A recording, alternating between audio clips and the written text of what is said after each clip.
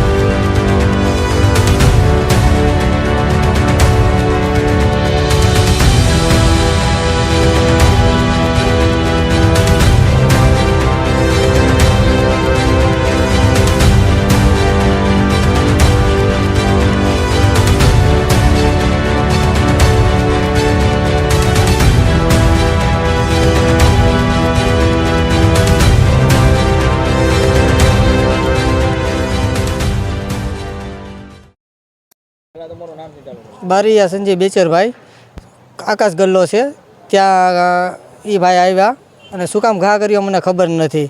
જકાત નાકે આપણે ફાતિમા કોન્વેન્ટ છે તેની સામે બરાબર છે અને હું માણસને ઓળખતો નથી, એ જેની એની ઉપર ઘાત કરી લે છે।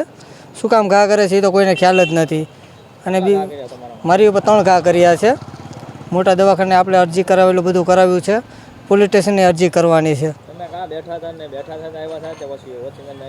નહીં, અમે 3 ભાઈ બહેન હતા, વાતચીત કરતા હતા, તેણે સીધો આવીને ઘાત કરી લીધો। શું કામ ઘા કર્યો મને ખબર નથી, બરાબર।